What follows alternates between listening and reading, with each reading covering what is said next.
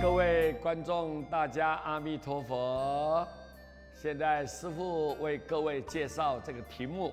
叫做“谦卑是永远的奖章”。谦卑是永远的奖章。这个波兰呢，科学家叫基里夫人呢，基里夫人，她一辈子都致力在雷的研究，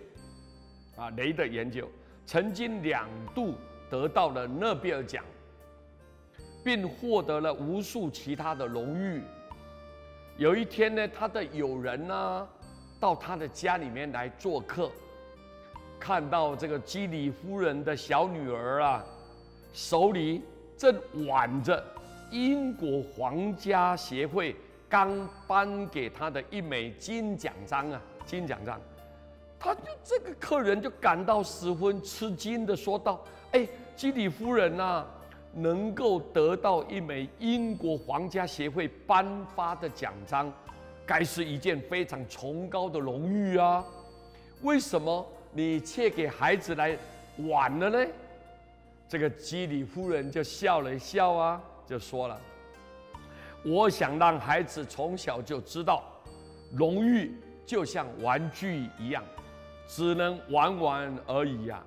绝不能永远守着，否则将一事无成一事无成。奖章虽然代表荣誉，但毕竟不是一辈子的幸福又有多少人能够潇洒的去对待的呢？有些人更是把它当成利器作为自己谋利的管道，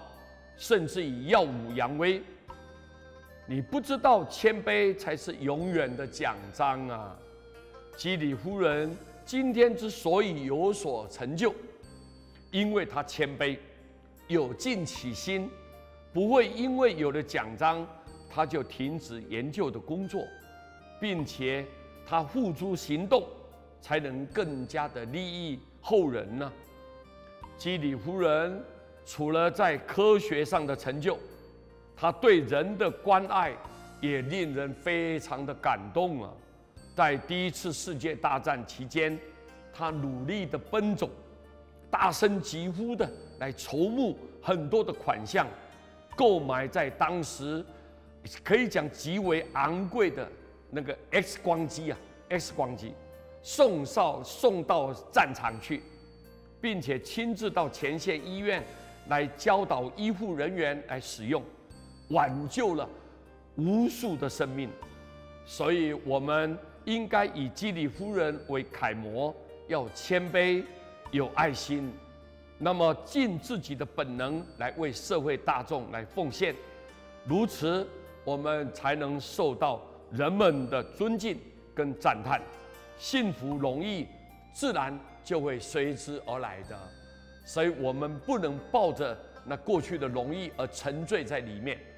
应该谦卑，谦卑再谦卑，这是人的该有的品德。谢谢大家，阿弥陀佛。